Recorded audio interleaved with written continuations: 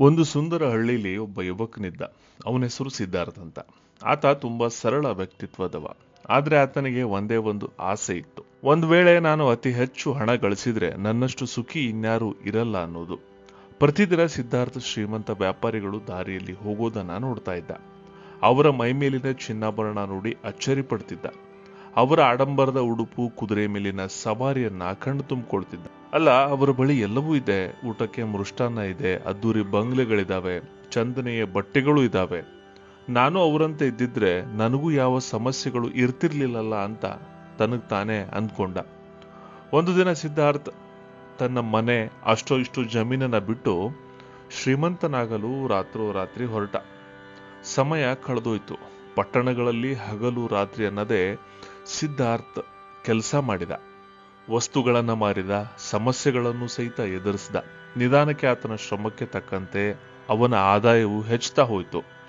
ಆತನ ಬದುಕು ಚಿನ್ನ, ಬೆಳ್ಳಿ ಮತ್ತು ಹಣವನ್ನ ನೋಡ್ತಾ ಹೋಯಿತು. ಅಷ್ಟೇ ಬೇಗ ಆ ಪಟ್ಟಣದ ಶ್ರೀಮಂತನಾದ. ಊರಿನ ದೇಗುಲಕ್ಕಿಂತ ದೊಡ್ಡದಾದ ಮನೆಯನ್ನ ಕಟ್ಟಿದ. ನೂರಾರು ಜನರನ್ನ ಕೆಲಸಕ್ಕೆ ಇಟ್ಕೊಂಡ. ಏನ್ ಬೇಕೋ ಅದನ್ನ ಖರೀದಿಸುವಷ್ಟು ಶ್ರೀಮಂತನಾದ. ಆದ್ರೆ ಆತನ ಮನಸ್ಸಲ್ಲಿ ಅದ್ಯಾಕೋ ಒಂದು ಕೊರತೆ, ಖಾಲಿತನ ಕಾಡ್ತಾ ಇತ್ತು. ಒಂದು ದಿನ ತನ್ನ ಅರಮನೆಯ ಬೃಹತ್ ಊಟದ ಮೇಜಿನ ಮುಂದೆ ಒಬ್ಬಂಟಿಯಾಗಿ ಕುಳಿತ. ಬಗೆ ಬಗೆಯ ಭಕ್ಷ್ಯಗಳು ಅವನ ಮುಂದಿದ್ವು. ಅಡುಗೆ ಬಡಿಸುವವರು ಅವನ ಹಿಂದಿದ್ರು. ಆದ್ರೆ ಯಾರೂ ಅವನ ಪಕ್ಕಕ್ಕೆ ಬರಲಿಲ್ಲ. ಅದೇ ಕೊರಗಿನಲ್ಲಿ ಮೊದಲ ತುತ್ತನ್ನ ಗಂಟಲಿಗೆ ಇಳಿಸ್ದ. ನನ್ನ ಬಳಿ ಎಲ್ಲವೂ ಇದೆ, ಹಣ ಇದೆ, ಅಧಿಕಾರ ಇದೆ. ಆದ್ರೂ ನನಗ್ಯಾಕೆ ಒಬ್ಬಂಟಿ ಅಂತ ಅನಿಸ್ತಿದೆ? ಯಾಕೆ ನನ್ನ ನಗು ಖಾಲಿ ಅನಿಸ್ತಿದೆ?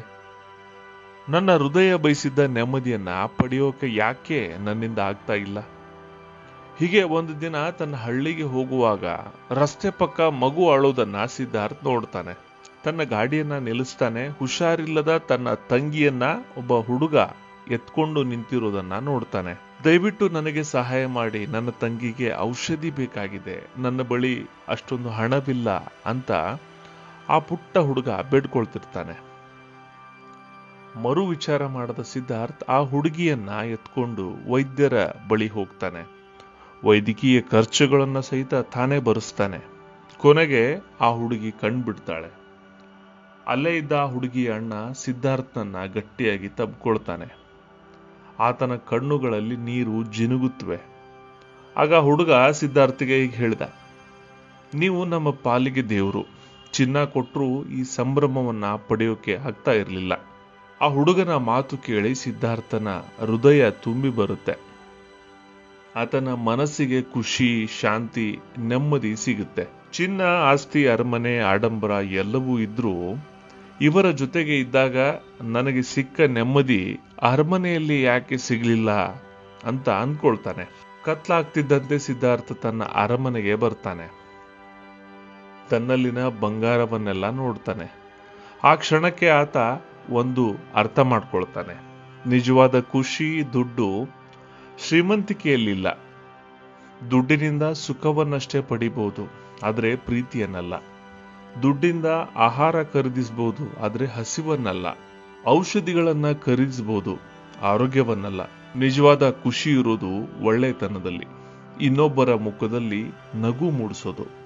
ಅಂದಿನಿಂದ ಸಿದ್ಧಾರ್ಥ ತನ್ನಲ್ಲಿನ ಸಂಪತ್ತನ್ನ ಬೇರೆ ರೀತಿಯಲ್ಲಿ ಬಳಸತೊಡಗಿದ.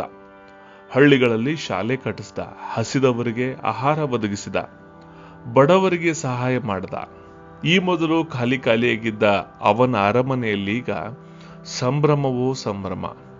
ಮಕ್ಕಳ ಆಟ, ಹಾಡು, ನಗು ಎಲ್ಲವೂ ಅಲ್ಲಿತ್ತು.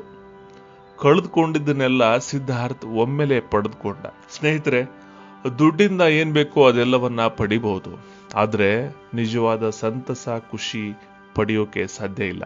ನಿಜವಾದ ಖುಷಿ ಸಿಗೋದು ಪ್ರೀತಿಯಲ್ಲಿ, ಒಳ್ಳೆಯತನದಲ್ಲಿ. ಈ ಸ್ಟೋರಿ ನಿಮಗೂ ಸ್ಫೂರ್ತಿ ತುಂಬಿದ್ದೆ ಆದ್ರೆ ಲೈಕ್ ಮಾಡಿ, ಶೇರ್ ಮಾಡಿ, ಸಬ್ಸ್ಕ್ರೈಬ್ ಮಾಡಿ. ನಿಮ್ಮ ಈ ಬೆಂಬಲದಿಂದ ಇಂಥ ಮತ್ತಷ್ಟು ಸ್ಫೂರ್ತಿದಾಯಕ ಕಥೆಗಳನ್ನ ಹೊತ್ತು ತರೋಕೆ ನಮಗೂ ಸ್ಫೂರ್ತಿಯಾಗುತ್ತೆ. ಧನ್ಯವಾದಗಳು.